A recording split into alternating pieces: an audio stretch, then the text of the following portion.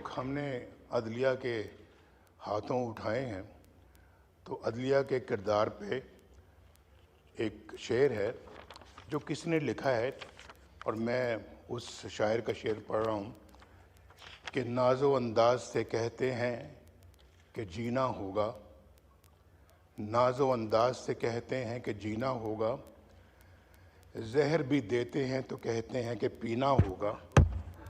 जब मैं पीता हूँ तो कहते हैं कि मरता भी नहीं, और जब मैं मरता हूँ तो कहते हैं कि जीना होगा। मुस्लिम लीग नून के सदर और इस मुल्क के 3 बार के मुंतखब वजीर आजम नवाज शरीफ के ये दर्द भरे अल्फाज और लहजे की बेबसी 26वीं और 27वीं आईनी तरमीम की बुनियाद है। जी हाँ, निज़ाम इंसाफ की नाइंसाफियों ने मुल्की सियासत का ढांचा बदल कर रख दिया था। सियासी अदम इस्तेहकाम के लिए निज़ाम इंसाफ के आला तरीन ऐवानों से जिस तरह के फैसले और रिमार्क्स आते थे वो किसी भी कौम की माशरती तनज़्ज़ुली का बाइस थे। जुल्फ़िकार अली भुट्टो से लेकर नवाज शरीफ तक वज़ीर आज़म इसी निज़ाम इंसाफ के विक्टिम रहे और पूरे मुल्क को बार बार, जी हाँ बार बार ज़ाती मुफादात की भेंट चढ़ाया जाता रहा। पाकिस्तान में कमज़ोर जमहूरियत और लड़खड़ाती मईशत की एक बड़ी वजह चंद मुनसिफीन के सियासी फैसले भी हैं। बानी पीटीआई की सहूलतकारी और सियासी ग्रोथ की खातिर जब पूरी कौम को पनामा जैसे एक बोगस मुकदमे में उलझा कर रख दिया गया, तब यही चंद अनासर थे जिन्होंने मनमाने फैसले दिए और नवाज शरीफ को वजारत उज़्मा से ही नहीं बल्कि सियासत से ही बेदखल करके उस हुकूमत का रास्ता साफ किया जिसके किस्से आज बरतानवी जरीदों में छापे और सुनाए जा रहे हैं। इस मुल्क में साकिब निसार जैसे मुंसिफ आला भी आए जिनका दावा था कि आइन सिर्फ वो है जो उनके मुंह से निकले। ऐसे जजेस भी देखे जो भरी महफिलों में बिला खौफ कहा करते थे कि 4-5 हुकूमती अरकान असेंबली को तो वो वैसे ही इस्तीफों पर मजबूर कर देंगे। इस कौम ने वो मुंसिफ भी देखे जिन्होंने अपने फैसलों में वक्त के वजीर आजम के लिए गॉड फादर और सिसिलियन माफिया जैसे अल्फाज इस्तेमाल किए। मुल्की निज़ाम इंसाफ चंद सियासी मुंसिफीन के हाथों होस्टेज बनकर रह गया था। अपनी सियासी पसंद नापसंद को फैसलों की शक्ल दी जा रही थी। ये वो दौर था जब जजेस की फैमिलीज नवाज शरीफ के खिलाफ फैसले अदालत की गैलरीज में बैठकर सुना करती थी। एक चीफ जस्टिस की सास तो बानी पीटीआई की खास रुकन थी और उनके लिए अदालती रिलीफ के लिए हमेशा सरगर्म नजर आती थी। एक चीफ जस्टिस का बेटा तो इलेक्शन में पाकिस्तान तहरीक इंसाफ की टिकटें बेचा करता था। जी हाँ, ये वही दौर था जब आला अदालती फोरम अवाम को इंसाफ देने के लिए नहीं बल्कि सियासी इंजीनियरिंग के लिए इस्तेमाल किए जाते थे। वो कहते हैं ना कि 100 सुनार की 1 लोहार की, बिल्कुल ठीक कहते हैं।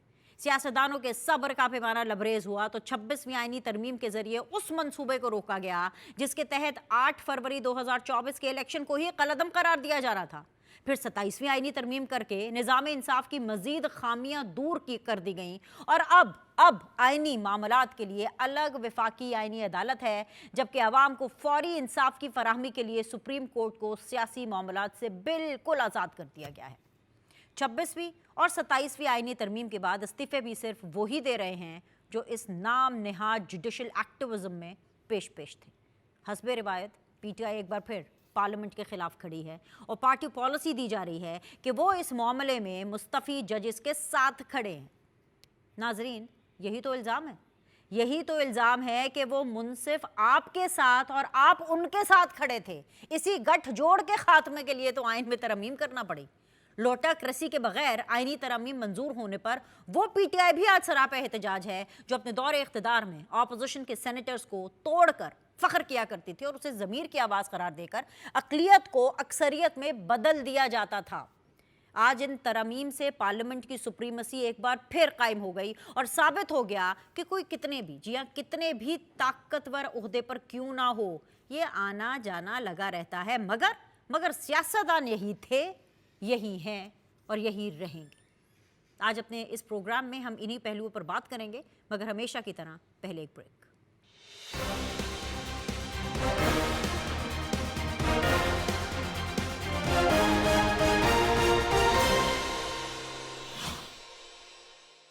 अस्सलाम वालेकुम जी। ब्रेक के बाद आप लोग को खुशामदीद कहते देख रहे हैं सीधी बात बीनर सलीम के साथ, और आज सीधी बात जोन में मेरा साथ दे रहे हैं जी निहाल हाशमी साहब, रहनुमा है मुस्लिम लीग नून के। बहुत बहुत शुक्रिया निहाल भाई ज्वाइन करने के लिए। कादिर मंदुखेल साहब हैं, पाकिस्तान पीपल्स पार्टी को रिप्रेजेंट कर रहे हैं। बहुत बहुत शुक्रिया कादिर भाई ज्वाइन करने के लिए। Last but never the least Pakistan Tehreek Insaf की रिप्रेजेंटेशन कर रहे हैं the very dynamic Shahid Masood sahab, बहुत बहुत शुक्रिया। मेरी खुशकिस्मती है कि आज का जो शो है उनके अंदर जो तीनों साहिबान हैं they are the student of law definitely, और प्रैक्टिसिंग जो हैं वो लॉयर्स भी हैं, कानून का बहुत ज़्यादा इल्म रखते हैं। निहाल भाई मैं आपसे आगाज़ कर लेती हूँ। कुछ कानूनी मामलात भी हैं, कुछ सियासी मामलात भी हैं, कुछ जमहूरी मामलात भी हैं, और शायद थोड़े बहुत गैर जमहूरी मामलात भी हैं। सो पार्लियामेंट मजबूत हो गई, अदलिया जो है वो मज़ीद मजबूत हो गई। और ये मैं क्यों कह रही हूँ, ये मैं क्यों पूछ रही हूँ बेसिकली अपनी ये जो 26वीं और 27वीं तरमीम के बाद, क्योंकि कहा यह जा रहा है और एटलीस्ट एक परसेप्शन ये बनी हुई है कि ये प्रो पीटीआई सहूलतकारों की वजह से ये तरमीम हुई हैं। So what is the net result? हम सब बहुत मजबूत और स्ट्रांग हो गए हैं। बिस्मिल्लाहिर्रहमानिर्रहीम। देखिए, स्ट्रांग पाकिस्तान होगा और हो गया है और होना चाहिए। स्ट्रांग आईने पाकिस्तान को होना चाहिए, स्ट्रांग पाकिस्तान की पार्लियामेंट को, जमहूरी निज़ाम, ठीक है। स्ट्रांग अदलिया को होना चाहिए, स्ट्रांग पाकिस्तान की मईशत को होना चाहिए। और ये तभी सब स्ट्रांग होंगे जब सब अपने अपने दायरे में रह के अपने अपने फराइज, अपने अपनी जिम्मेदारी अहसन तरीके से अदा करेंगे। कोई एक दूसरे के घर में ताक झांक नहीं करेगा। आइन ने बड़ा क्लियर बताया हुआ है कि पार्लियामेंट की जिम्मेदारियां क्या है। आइन ने बड़ा क्लियर बताया हुआ है कि अदालतों की क्या जिम्मेदारी है। आइन ने सबके हर चीज बड़ा क्लियर बताया हुआ है। माजी करीब में अदालत ने अपने इदारों में, अपने अदालतों में, अपने निज़ाम में अदालतें लगानी शुरू कर दी। उन्होंने पुलिस FIA का भी जिम्मा ले लिया। आपको अगर याद हो कि लारकाना में उस वक्त चीफ जस्टिस साकिब निसार गए एक ADJ एडिशनल सेशन जज के कमरे में और उनका फोन उठा लिया और उनको कहा ये क्या हो रहा है, किस तरह कर रहे हैं। वो भी टेलीविजन पे, और वो खुद तशहीर करवाते थे कि वो किस तरह से छापा मारते हैं, किस तरह से वो पुलिसिंग करते हैं चीजों की निगाह। कभी वो जेल चले जाते थे और वो कहते थे कि आप ये क्या हो रहा है, वो क्या हो रहा है। कभी हॉस्पिटल चले जाते थे, किसी को बोलते थे ये कौन सी बोतल है, किस चीज की है। तो वो अपना काम नहीं करते थे डोमेन से बाहर। कभी वो कहते थे कि मैं 4-5 MPs तो यूं बुला के रिजाइन करवा दूंगा। कभी वो कहते थे, एक और जज साहब कहते थे कि मेरे फैसले सदियों याद किए जाएंगे। कभी कोई कहते थे कि जनाब प्राइम मिनिस्टर साहब आप आए, आपको तौहीन अदालत में किल राइजिंग द कोर्ट सजा दी जाती है और वजीर आजम घर चले जाते हैं कि आप खत लिखें। अब ये सवाबदीद है वजीर आजम की कि वो कब किसको क्यों खत लिखे, या ये सवाबदीद है पार्लियामेंट की कि पार्लियामेंट कहे कि आप खत लिखें या ना लिखें। मगर जजेस उस पावर को, कभी वो निगरान जज बन जाते थे, कभी वो मॉनिटर जज बन जाते थे, कभी व्हाट्सएप ग्रुप में इन्वेस्टिगेटर्स और जो दीगर अफसरान थे उनकी वो तयन किया करते थे। तो इस तरह की चीजें, वो उनके जब अल्फाज, जब उनकी जबान खुला करती थी तो वो अंगारे बसते थे। आप लोग तो शायद निहाल अगर भाई, फिरौन भी आई देखता तो अंडरस्टैंड, उसको भी आप लोग लगता तो है ये बड़े से डायरेक्टली बड़ा। आप लोग तो डायरेक्टली इसके विक्टिम हैं। और मैंने बल्कि शुरू में नवाज शरीफ साहब का शॉर्ट भी चलवाया, मतलब क्या उन्होंने खूब जो है वो शेर पढ़ा मौके की मुनासबत से, जो उनकी फीलिंग थी उस लिहाज से। तो ये इंश्योर किया जाता था, मेक श्योर किया जाता था कि नवाज शरीफ को सजा सुनाई जाए। And there is a long list, Saqib Nisar हो, मज़ाहिर नकवी हो, जस्टिस एजाज हो, जस्टिस अफजल हो, अजमत सईद हो, एक्सेक्ट्रा, इन सबके फैसले जो हैं वो बोल रहे हैं, वो फैसले हमारे सामने हैं। लेकिन सर ये क्या सब कुछ ठीक हो गया जिसकी एग्जाम्पल आप भी दे रहे हैं, जिसका हवाला मैं भी दे रही थी, जिसका इशारों किनारों में जिक्र नवाज शरीफ साहब ने एक शेर की सूरत में किया? So all is set. क्या अहम ये ज़रूरत थी कि अदलिया में इस्लाहात की जाती? अब ठीक होगा। हमने कोशिश की है, बुनियाद रख दी है, और पूरी कौम, वकला बरादरी, जजेस, जुडिशरी, पार्लियामेंट, आप मीडिया, सबको मिलकर ये कोशिश करनी है कि हम सस्ता और फौरी इंसाफ दें। हम एडजॉर्नमेंट पे ना जाए, हम डिले पे डिले ना करें, हम अपने डोमेन में रहें। पार्लियामेंटेरियन ने अपना काम कर दिया है, अब जुडिशियल जो लोग हैं, बार एंड बेंच, इनको अपना काम करना होगा। हम फर्द वाहिद की जंग नहीं लड़ते। फर्द वाहिद की हमने एक जंग लड़ी थी, जो अदलिया बहाल तहरीक हमने चलाई थी, तो उसका हमने खमियाजा भुगता है। फर्द वाहिद की जंग नहीं होगी, इदारे की बका की जंग होगी। इदारा कोई फर्द वाहिद या प्यून जज या सीनियर जज या चीफ जस्टिस नहीं होता, इदारा बेंच और बार मिलके होता है। तो हम समझते हैं कि हमें उस अंदाज में सोचना चाहिए, देखना चाहिए, और अबव ऑल हमें यू पाकिस्तान सीम के वो कंटेंटेड। जो पीएमएलएन जो साइबीन है है वो उनके काफ़ी बारे ज़्यादा में। कंटेंटेड लग रही है। निहाल भाई, अभी के लिए आपका मौक़िफ़ मिल गया, मेरे साथ रहिए, लेट्स सी कि पीपल्स पार्टी और पीटीआई इसके ऊपर क्या कहती है। कादर भाई, आपसे मैं मज़ीद आपकी तरफ जब आ रही हूँ तो मैं इस सवाल को मज़ीद आगे बढ़ावा देना चाहूँगी, इसको मज़ीद खोलना चाहूँगी।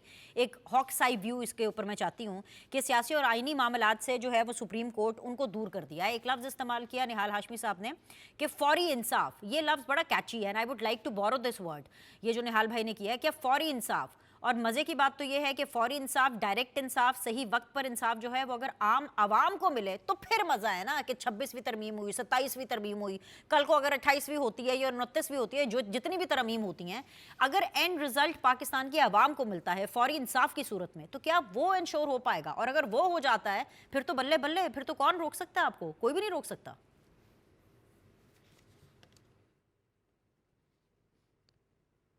कादिर भाई। ये मुझे सवाल है, जी सर। कितना अच्छा होता कि पहले पीटीआई से शुरू कर देते तो ज्यादा बेहतर था, ताकि पूरा कमेंट्स आ जाता उसमें। तो चले अभी अभी अभी अभी उनके पास चली आती हूँ, जैसे आप कहें।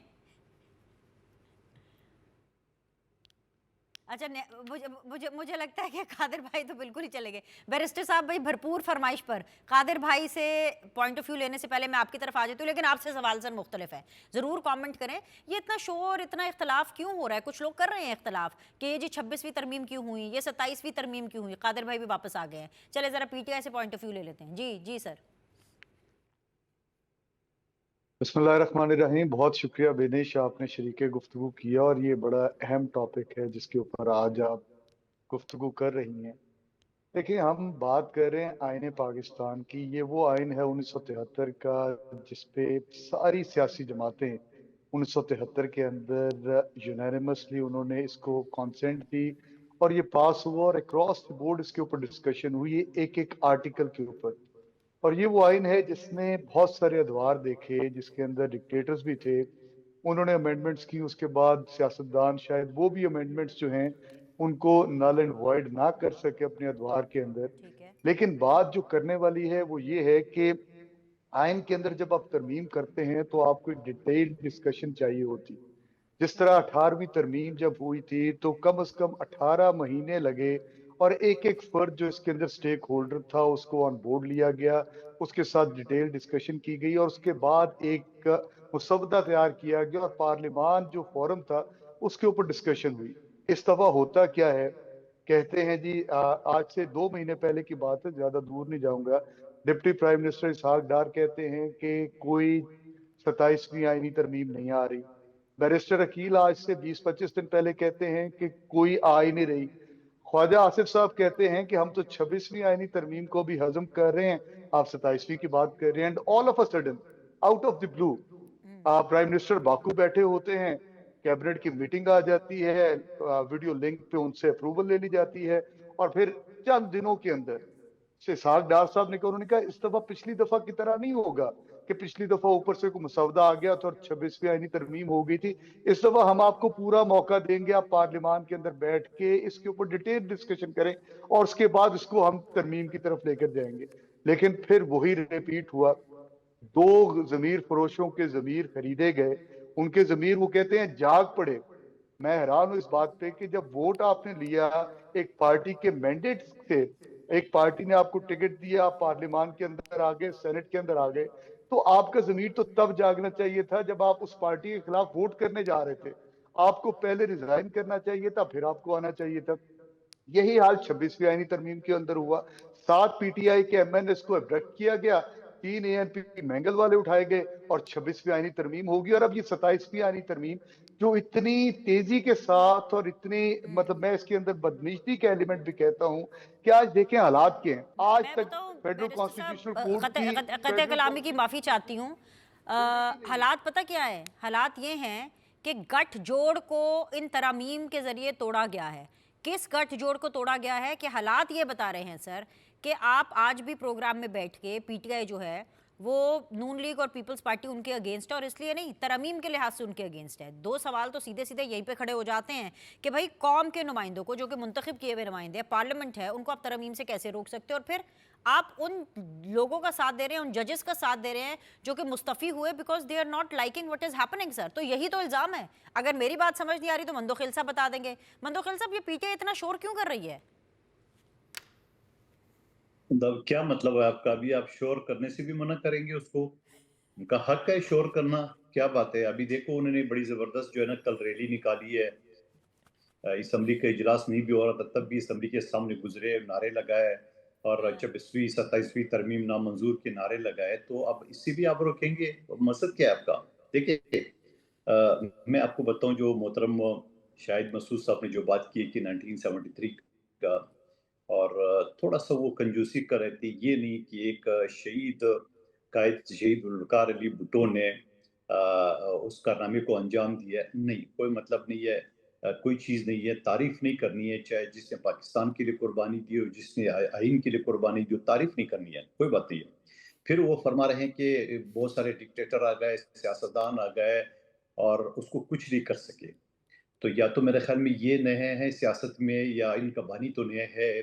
क्या आपको याद नहीं है कि जनरल मुशर्रफ और जनरल ज़िया-उल-हक ने जो आइन का बेड़ा गर्क करके, तोड़-मरोड़ करके, और फिर आसिफ अली ज़रदारी साहब थे, 18वीं तरमीम के ज़रिए उन्होंने फिर एक मर्तबा तमाम सियासी पार्टियों को इकट्ठे करके और 18वीं तरमीम लगभग 105 आर्टिकल जो है ना उसमें अमेंडमेंट किए। ठीक है? और तारीख में पहली मर्तबा एज़ ए वकील, एज़ ए सोशल वर्कर, मैं आपको बताऊँ, मैं इस प्रोग्राम में भी मौजूद था। ह्यूमन राइट्स एक्ट जो है ना वो लिया है। आर्टिकल 10 है उसको, कि जिसका फ़ायदा इस वक़्त पीटीआई के लोग उठा रहे हैं कि इमरान खान साहब से मिलने दें, उनके रिश्तेदारों से मिलने दें, वगैरह-वगैरह साहब। बहरहाल वो एक अलग चीज़ है। दूसरा वो ये कह रहे हैं कि बाकू से प्राइम मिनिस्टर ने काबीना के इजलास से खिताब किया। अरे मेरे भाई, बाकू से क्या, उधर जाके दुनिया की जो दूसरे सरबराह हैं वो तो जहाज के अंदर मीटिंग करते हुए जाता है, मीटिंग करते आ जाता है, तो इससे क्या फ़र्क पड़ता है? जदीद ज़माना है, ज़ूम का ज़माना है। मैं कराची में बैठा हूँ, बेनिश इस्लामाबाद में बैठी है, नियाल हाशमी साहब कराची में बैठे हैं, और हम बातें करें जदीद टेक्नोलॉजी के ज़रिए। और फिर सवाल ये है कि आइन का आर्टिकल 239 ये कहता है कि आप जब चाहो, जब आपके पास 2/3 मेजॉरिटी हो, आप इसमें अमेंडमेंट कर सकते हैं हालात के मुताबिक। यानी मैं आपको बताऊं, जिस जूम, जिस इंटरनेट, जिस टेक्नोलॉजी के जरिए हम इस वक्त बात कर रहे हैं, क्या आज से 20 साल पहले किसी ने सोचा था कि ऐसे टेक्नोलॉजी आएगा? क्या आज से 20 साल पहले किसी ने ऐसे सोचा कि आपके हाथ में मोबाइल होगा, आप पहाड़ों में बैठे होंगे और अमेरिका के शॉपिंग सेंटर से आप शॉपिंग करेंगे? किसी ने नहीं सोचा। क्या किसी ने सोचा था कि साइबर क्राइम भी कोई एक्ट हो जाता है, कोई चीज़ होता है? तो ये बहुत सारी चीज़ों के लिए आर्टिकल 239 जो है ना वो शामिल किया गया, ताकि बवक्त ज़रूरत उसको इस्तेमाल किया जा सके और उसमें चेंजेस कर सके। मिसाल के तौर पे आइन का आर्टिकल 200 है जजेस के ट्रांसफ़र के लिए। जब वो सदर पाकिस्तान ने लाहौर हाई कोर्ट से एक जज साहब को इस्लामाबाद हाई कोर्ट ट्रांसफ़र किया है, तो मुख्तलिफ तशरीह थे उसके हवाले से, लेकिन फिर एक जजमेंट आ गया सुप्रीम कोर्ट, तो वहाँ मौजूद था। क्या है, उनकी सीनियरिटी कहाँ से शुरू हुई थी? फिर पुख्तनख्वा के वज़ीर आला ने जब इस्तीफ़ा दिए, गवर्नर ने इस्तीफ़ा मंजूर के लिए और जाके उसको शेड्यूल दे दिए और फिर कोर्ट ने फैसला दे दिए। तो इन चीज़ों के लिए आइन का आर्टिकल 239 27 क्या 28 क्या 1028 वहाँ भी आ सकता है, और जो हाकिम वक्त के पास अक्सरियत तो उसको पास करेंगे, इसमें किसी को कोई वो नहीं चाहिए। और फिर मैं ये भी याद दिलाता रहूँ कि जो ये बता रहे हैं कि 27वीं पे या 26वीं पे लोटे जो ना वो लोग खरीदे गए। क्या आपको याद नहीं है कि बलूचिस्तान के सेनेट में sir Imran sir Khan sir साहब का इसमें वीडियो इसमें एक चीज़ मौजूद है, ऐड कर लें वीडियो मंदोखिल मौजूद साहब, है, जुमला इसमें एक चीज़ और ऐड कर लें एक जिसको डेफिनेटली आपने डिफेंड करना है, क्योंकि सदर मुमलिकत के ओहदे को इस्तिस्ना देने पर भी शदीद किस्म की तनकीद हो रही है। आप देखें, आप खुद समझदार हैं, ये तनकीद शायद ही पीएमएलएन के बेंचेस से आई हो। आप समझ सकते हैं कि तनकीद ज़्यादा कहाँ से आ रही है, इसको भी आपको डिफेंड करना होगा। नॉट टू फॉरगेट कि पाकिस्तान की तारीख इस बात की गवाह है कि मुल्क का जो वज़ीर आज़म है उन्होंने खुद अपने आप को प्रेजेंट किया कि जी छोड़े इस्तिस्ना बस्तिस्ना, मैं खुद जाता हूँ, आवाम की अदालत में जाता हूँ, मैं खुद जाऊँगा, अदालतों को फेस करूँगा और जो भी मेरे ऊपर इल्ज़ामात लगे हैं मैं उनको फाइट करूँगा। तो तब उस चीज़ को सराहा तो नहीं गया, लेकिन सदर मुमलिकत के ओहदे को इस्तिस्ना मिली तो उसके ऊपर भी काफ़ी वावेला और तिलमिलाहट हो रही है। वजह बेनिश, देखिए, जो मैं बात कर रहा था कि लोटों के हवाले से आपके सवाल के जवाब पे आ रहा हूँ। लोटों के हवाले से क्या आपको याद नहीं है कि इमरान खान साहब ने कहा कि बलूचिस्तान में सेनेट के इलेक्शन का सेनेटर के लिए 70 करोड़ का रेट चल रहा है? फिर आपको याद होगा उन्होंने एक ठेकेदार अब्दुल कादिर को टिकट दी है और अपने कैंडिडेट है उनको विड्रॉ कराया। उसके बाद सिंध से एक सेनेटर मुंतखब होता है पीटीआई का, तो उसका क्या रेट था जो ये अभी लोटा कह रहे हैं। जारी बात है जब आप अरबपति ठेकेदारों को आप टिकट देंगे तो अशर तो यही होगा मेरे हिसाब से, क्यों कोई जेन्युइन कैंडिडेट कोई जेन्युइन कारकुन नहीं है पीटीआई के अंदर जिसको आप टिकट दे सके, और जब आप ठेकेदारों को देंगे अरबपति को तो अशर तो ये होना है। ये तो लोटाबाजी की बात हो रही है। और फिर सेनेट के इलेक्शन भी आपको याद होगा जहाँ कैमरे लगाए गए, जहाँ संजरानी साहब को वोट दिया गया, वो भी सारी सूरत अवाम के सामने। अब जो सदर के इस्तिस्ना और वज़ीर आज़म की बात की, मैं ये नहीं कहना चाह रहा हूँ आप खामखा उसको आपने किया तो मुझे जवाब देना पड़ेगा। पहली बात तो ये कि सदर का इस्तिस्ना सदर का न पीपल्स पार्टी का न कोई मुतालबा है, ना हमारे किसी एमएनए सेनेटर ने इसको इंट्रोड्यूस किया। ये एक मुतफ़क्का तौर पे एक फैसला था कि चूंकि सदर पाकिस्तान तारीख में दूसरी मरतबा सिविलियन सदर है और उन्होंने न किए गुनाह कभी 12 साल जेल में गुजारे और अपनी जबान कटवाई है पुलिस के तशद्दुद में, आर्टिलरी में अपना सिविल लाइन थाने में, निहाल हाशमी साहब जानते हैं, थाना कराची डिस्ट्रिक्ट साउथ में है। लेकिन फिर ये तय किया गया कि अभी चूंकि हजरत उमर का लोग हवाले देते हैं, हजरत उमर के ज़माने में इस तरह झूठे मुकदमा तो नहीं होते थे। बिलावल साहब के ऊपर करप्शन का केस डाला गया पिछली हुकूमत ने, और वो जाके जब वो 1 साल का था तो, और फिर एक सुप्रीम कमांडर जो अफवाज पाकिस्तान का सुप्रीम कमांडर होता है और तमाम अफवाज उनको सल्यूट करते हैं, और जिस दिन वो सीट से हट जाता है अगले दिन जाके वो आम पुलिस सिपाही जिसको हम कराची में टुल्ला कहते हैं वो उसको घसीटते हुए और इसी तरह जबान काटने की सूरत हाल आती है। तो ये चीज़ मुतफ़क्का तौर पे फैसला किया गया कि चूंकि सदर पाकिस्तान सुप्रीम कमांडर है और वैसे 70 साल से ज़्यादा उसकी उम्र है और वो उनको इस्तिस्ना मिलना चाहिए, और उस इस्तिस्ना भी इस शर्त में कि वो उनके पास कोई सरकारी कोई इस तरह ओहदा न हो, ये भी शर्त है यकीनन। और फिर जो आपने वज़ीर आज़म की बात की है, 2 सेनेटर मुस्लिम लीग नून के उन्होंने ये तरमीम पेश की है कि वज़ीर आज़म को भी इस्तिस्ना मिलना चाहिए। ये बात बेनिश में मानने को तैयार नहीं हूँ कि वज़ीर आज़म को पता ही नहीं हो और उनके सेनेटर उनकी इस्तिस्ना मांग रहे हो। लेकिन इस्तिस्ना जब दाखिल किया गया था उसके लिए 2 सेनेटर्स थे और उसके बाद जाके कमेटी में ये डिस्कशन बात हुई कि ओहो! ये तो इस्तिस्ना अगर वज़ीर आज़म को दिया गया तो इमरान खान साहब को भी देना पड़ेगा।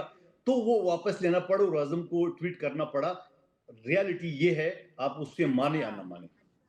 ये इसके बारे में तो मजीद बात निहाल हाशमी साहब भी कर सकते हैं, लेकिन बैरिस्टर साहब आप कुछ कहना चाह रहे हैं, प्लीज ऐड ऑन कर लीजिए कि आप क्या कहना चाह रहे हैं, फिर मैं निहाल भाई की तरफ जाती हूँ। जी फरमाइए। मैं देखें बात जो अभी की कादर मंदोखेल साहब ने, मैं बिल्कुल क्रेडिट दूंगा जुल्फिकार अली भुट्टो शहीद साहब को। हम उनको शहीद मानते हैं, शहीद जमहूरियत मानते हैं, जी उनकी बड़ी कंट्रीब्यूशन थी। लेकिन उसके साथ हम ये चाहते हैं कि जिन लोगों ने उस वक्त जुल्फिकार अली भुट्टो साहब को फांसी दी थी, तो हमें उस वक्त के वो जुडिशरी नहीं चाहिए, बल्कि वो 3 जजेस चाहिए जिन्होंने जुल्फिकार अली भुट्टो को फांसी नहीं दी थी। ऐसी सुप्रीम कोर्ट, ये ऐसी हमें चाहिए जजेस। तो मेरी गुजारिश ये, हमें अनवारुल हक चीफ जस्टिस नहीं चाहिए उस वक्त का। हमें इस वक्त जो है वो जस्टिस जॉर्ज कॉन्स्टेंटाइन जो सिंध हाई कोर्ट के चीफ जस्टिस थे, हमें जस्टिस कॉर्नेलियस जैसे लोग चाहिए। उसके लिए जरूरी है कि आप अदालत के निजाम को एग्जेक्टिव से पाक करें। आज आप फेडरल कॉन्स्टिट्यूशनल कोर्ट के फर्स्ट चीफ जस्टिस को लगा रहे हैं एग्जेक्टिव की रिकमेंडेशन के ऊपर। तो मुझे बताएं, जो ट्राइकोटमी ऑफ पावर का कॉन्सेप्ट हमारे आइन जो जुल्फिकार अली भुट्टो साहब का दिया हुआ था, जिसके ऊपर सारी सियासी जमातें मुतफिक थी, क्या आज उस आइन की पामाली हमने नहीं कर दी? क्या उस आइन के प्रियम्बल के अंदर ये नहीं लिखा हुआ कि independence of judiciary shall be secured at any cost? तो क्या यहाँ पे आपने इंडिपेंडेंस ऑफ जुडिशरी को छोड़ रहे हैं? क्या उसी आइन की प्रियम्बल के अंदर ऑब्जेक्टिव्स रेजोल्यूशन नहीं है जो ये कहती है कि किसी कोई भी इस्तिस्ना नहीं ले सकता? क्योंकि ये सारा कॉन्सेप्ट हमारा इस्लामी फलाही रियासत का है जो रियासत मदीना से मिलता है, और रियासत मदीना के अंदर मेरे नबी पाक सल्लल्लाहु अलैहि वसल्लम ने अपनी पूरी जिंदगी में इस्तिस्ना नहीं मांगा, खुलफाए राशिदीन ने नहीं मांगा। और जो अभी कादिर मंदोखेद साहब ने बात की कि इल्जाम तो पाकिस्तान के अंदर लगते ही गलत हैं, तो सर बात यह है कि इल्जाम लगता है तो उसके ऊपर काजी के पास जाते थे हजरत उमर फारूक। इल्जाम उनके ऊपर लगा कि आपने 2 चादरें ली, लेकिन जब उन्होंने एक्सप्लेन किया तो वो इल्जाम जो है साइड पे हो गया। तो अब गुजारिश ये है कि आप तो ये कह रहे हैं कि हमें for the rest of our life इस्तिस्ना हासिल है। यही पाकिस्तान मुस्लिम लीग नून बैठ के कहती थी ये 10% है। यही पाकिस्तान मुस्लिम लीग नून बैठ के कहती थी हम तुम्हारा पेट काट के उसमें से करप्शन के पैसे निकालेंगे। यही पाकिस्तान मुस्लिम लीग नून कहती थी कि तुम्हें लाड़काना की सड़कों पे घसीटेंगे। आज वही मुस्लिम लीग नून बैठ के उनको इस्तिस्ना दे रही है। क्या उस वक्त बीच में झूठ एक बोल और रहे चीज भी थे? हुई क्या आज उस की वक्त आज की कौम को आज की गुमराह नून कर लीग रहे क्या थे? कर रही है वो निहाल हाशमी साहब बताएंगे। बीच में एक और चीज भी हुई जिसकी शायद गवाही निहाल हाशमी साहब देंगे कि ये वही नून लीग है जिन्होंने फिर इन तमाम बातों के ऊपर पीपल्स पार्टी से माफी भी मांगी और फिर ये वही आसिफ अली जरदारी है जिन्होंने इनको माफ भी कर दिया। निहाल हाशमी साहब, बड़ी लंबी चौड़ी लिस्ट पीटीआई ने आपके बारे में किया। मैं क्या सवाल करूं, आप इन्हीं को जवाब दे दीजिए, इन्हीं को मुतमईन कर दीजिए। मैं समझूंगी कि आज का शो सक्सेसफुल होगा, कामयाब हो गया। देखिए, बात दो पार्टियों के दरमियान है, ये कौमी बात नहीं है। 2 और 4 या चंद शख्सियात सियासी अकाबरीन के दरमियान है। पूरी दुनिया में होता है और वो अकाबरीन एक दूसरे के साथ बैठते हैं, कभी हरीफ भी होते हैं, कभी हलीफ भी होते हैं। ये पाकिस्तान इसमें कोई एक्सक्लूसिव नहीं है कि सिर्फ पाकिस्तान में है, पूरी दुनिया में इस तरह से होता रहा है। मैं अभी हालिया दिनों में देख रहा था इंडियन इलेक्शन बिहार के रिजल्ट को, तो 4 इलेक्शन में नीतीश कुमार साहब 9 बार वजीर आला बने। वो अपनी हाउस के अंदर अपने इत्तेहादियों को छोड़ के दूसरे के साथ जाते थे, दूसरे को छोड़, तो उनका राइट था, वो कर सकते हैं। वो कभी हरीफ होते हैं, कभी हलीफ। इसी तरह पूरी दुनिया में है, कहीं आज नई बात नहीं है। अब रह गया जहां तक उन शख्सियात, तो आपने खुद भी कहा कि एक दूसरे के साथ उन्होंने उनके गिले शिकवे दूर किए, सुने, एक दूसरों के एहतराम से नजरों से देखा और इज्तनाब किया कि आइंदा हम, मगर सियासत में ये नहीं है कि हम बिल्कुल एक दूसरे पे तनकीद नहीं करेंगे, एक दूसरे के खिलाफ हम कोई बात नहीं करेंगे। जब किसी का कोई अमल, कोई पॉलिसी अवाम के मुखालफत में होगा तो हम जरूर उनको तामीरी तनकीद भी करेंगे, मुखालफत भी करेंगे।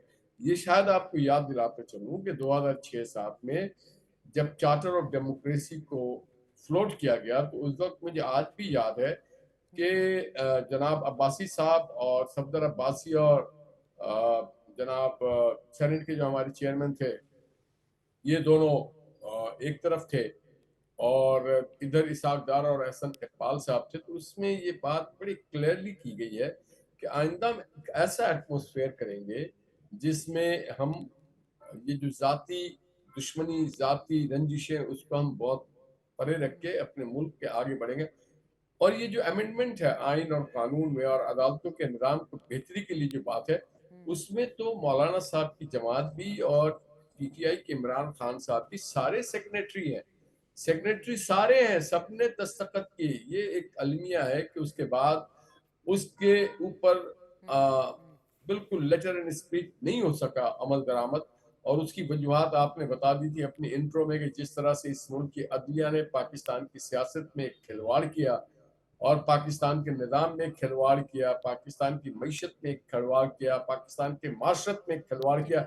आज किसी को वो सुप्रीम कोर्ट के आगे के लिए कि हमने जो फैक्ट्स अपने शो के इब्तदाई में रखे, आप उनको एंडोर्स कर रहे हैं और उनके बारे में बता रहे हैं। नहीं देता, मगर उस जमाने में सुप्रीम कोर्ट के ऊपर उसकी दीवारों पे कपड़े सुखाया जाता था, जजेस को रोक दिया जाता था, वहां पे कबर खोद दिए गए थे सुप्रीम कोर्ट के आगे।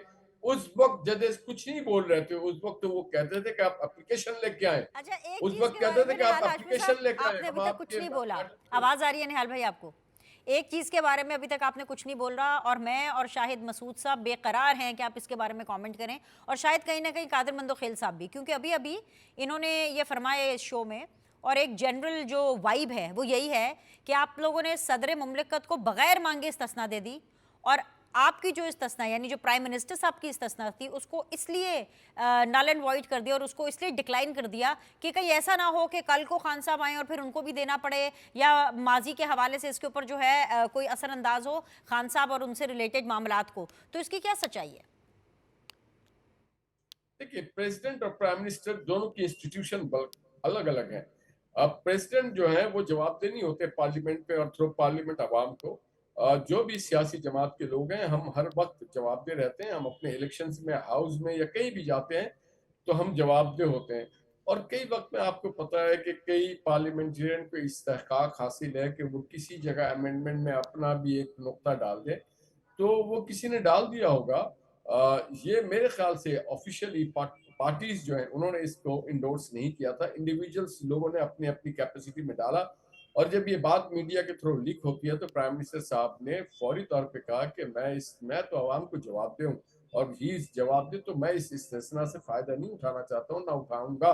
रह गए इमरान खान साहब को, तो इमरान खान साहब को तो सारे इस्तेसना हासिल रहे हैं, और वो उन सारी चीजों से आपको याद होगा कि इमरान खान साहब को जब प्राइम मिनिस्टर थे उनको अदालत नहीं बुलाया गया, उनको कहा कि इनको, उमर अता बदनियाल साहब ने कहा कि इनको इस्तेसना हासिल है। और जब हमारे दौर था तो उस वक्त उन्होंने कहा था नहीं, आपको इस्तेसना हासिल नहीं है, the prime minister come and face the consequences of the matter. और पाकिस्तान, हमारे जो प्राइम मिनिस्टर थे उनको अदालत में जाना पड़ा। इमरान खान को जब बुलाने की बात हुई उन्होंने कहा नहीं, उनको इस्तेसना हासिल है। तो ये डबल स्टैंडर्ड था।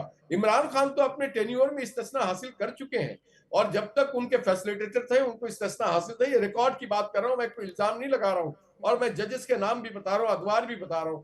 तो हम तो कभी भी, नवाज शरीफ साहब को वजीर आजम रहते हुए बारहा बुलाया गया, जो उन्होंने एक बनाया था इन्वेस्टिगेशन टीम, उसमें जाते रहे, उनकी फैमिली जाती रही, उन्होंने कभी नहीं कहा वो तो गैर इस्तेसना आईनी नहीं मांगा, इस्तेसना वो था खुद ना, जाते। जैसे कहते हैं अनअनाउंस्ड, गैर आईनी। मैं तो प्रॉपर आईनी सुन ले वाले इस्तेसना की बात कर रही हूँ। 100 बार नैब की अदालत में मोहम्मद नवाज शरीफ जाते रहे, 128 बार गए थे, उन्होंने कभी इस्तेसना नहीं मांगा, उन्होंने कभी एप्लीकेशन नहीं दी, उन्होंने कभी नहीं कहा कि आज के डेट पे हमें आप कॉन्डोम कर दें। तो हम तो इस्तेसना के बिल्कुल मुखालिफ हैं। ठीक है, बैरिस्टर साहब को आई एम श्योर जवाब मिल गया होगा, मंदोखिल साहब आपको भी जवाब मिल गया होगा। लेकिन बैरिस्टर साहब ये देखें ना, ये आप कुछ चीज़ें इनसे सीखें, ये आप सीखें कि किस तरह से आप तो क्लेम करते हैं कि आपके लीडर सबसे ज़्यादा पॉपुलर हैं, तो बिल्कुल ही बेखौफ होना चाहिए, कोई इसमें डर नहीं होना चाहिए कि इस्तेसना है या नहीं है, और इसको डिबेट ही नहीं होना चाहिए। लेकिन सबसे इंपॉर्टेंट चीज़ पता है इस टाइम पर क्या है, जहाँ से मैं देख रही हूँ द लार्जर पर्सपेक्टिव, वो ये लग रहा है कि जो पाकिस्तान तहरीक इंसाफ है वो पार्लियामेंट और जमहूरी तकाज़ों पर यकीन बिल्कुल ही खो बैठी है। आप लोग तो बिल्कुल भी यकीन नहीं रख रहे। मतलब मैं कौन सी बात करूं, 26वीं तरमीम की बात करूं, 27वीं तरमीम की बात करूं, या फिर जो आज़ाद कश्मीर के अंदर हुआ मैं उसकी बात करूं। एक हुकूमत को हटाना या एक वज़ीर आज़म को हटाना आइनी तौर पर सिर्फ तहरीक एतमाद के ज़रिए हो सकता है। आप लोग उसको भी क्वेश्चन कर रहे हैं, आप तरमीम को भी क्वेश्चन कर रहे हैं, हर तरह की तरमीम को क्वेश्चन कर रहे हैं। मतलब आपका क्या एतमाद उठ चुका है जमहूरी निज़ाम से? बड़ा अच्छा क्वेश्चन है आपका। अब जमहूरी निज़ाम और आइन, इनका आपस में ताल्लुक क्या है? जो पहले बात की लेटर एंड स्पिरिट की, लेटर की हम बड़ी बात करें लेकिन स्पिरिट को हम फॉलो नहीं कर रहे शायद। देखें, गुजारिश ये, आर्टिकल 239 की बात की तो आर्टिकल 239 कहता है आइन के अंदर अमेंडमेंट लाई जा सकती है, पार्लियामान का इस्तेहकाक है, मुझे उसके ऊपर कोई एतराज़ नहीं। लेकिन उसकी रूह ये कहती है कि जो 2/3 मेजॉरिटी पार्लियामान के अंदर है, क्या वो वैलिड है?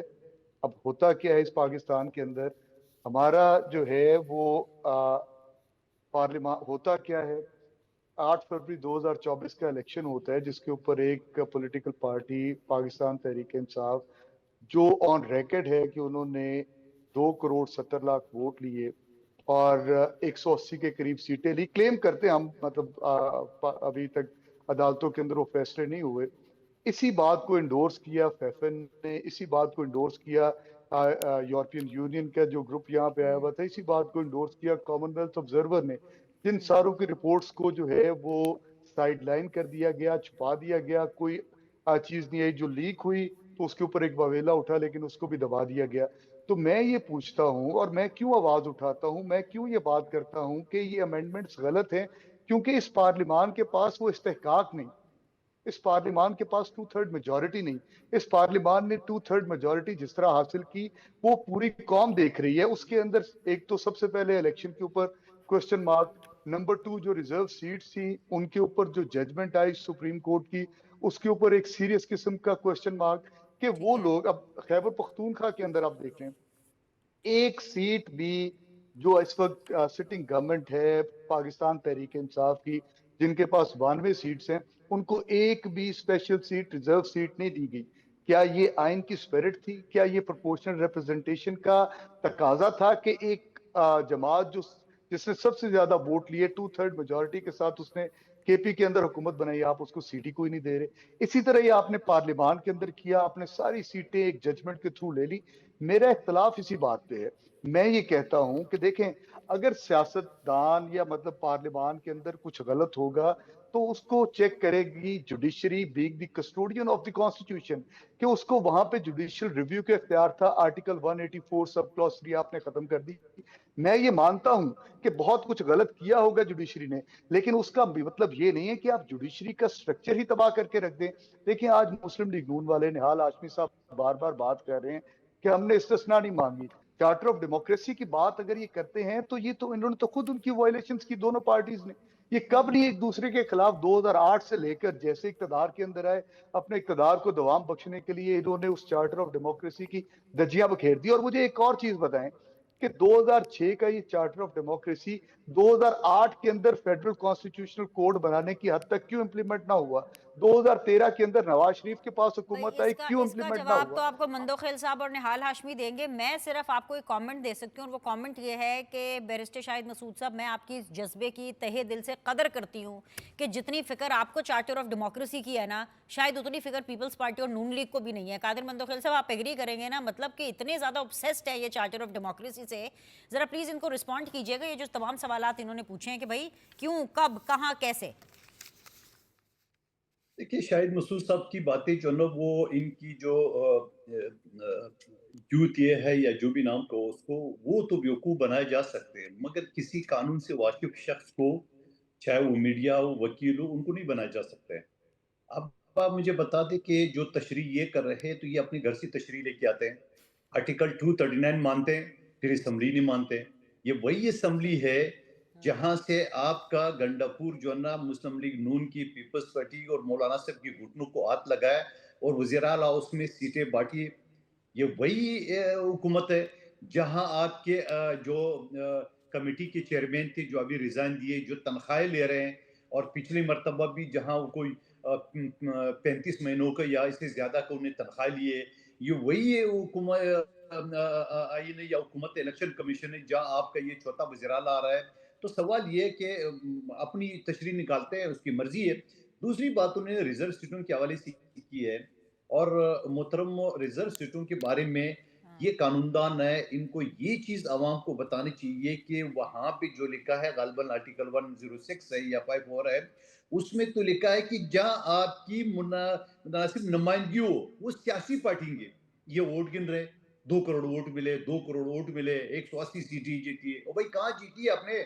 आपका इत्यादी मौलाना फजल अहमद साहब कहते हैं फॉर्म 47 की पुख्तनख्वा में इलेक्शन है। अली वजीर और मोहसन दावड़ को आपके इमरान खान भी नहीं उसको हरा सकता था। आपके लोग बैठ के उसकी सीट पे, आप अपनी मतलब की रिजल्ट भी निकाल दिए, 180 सीटें, 2 करोड़ वोट भी गिन लिए, सब चीज कर लिए।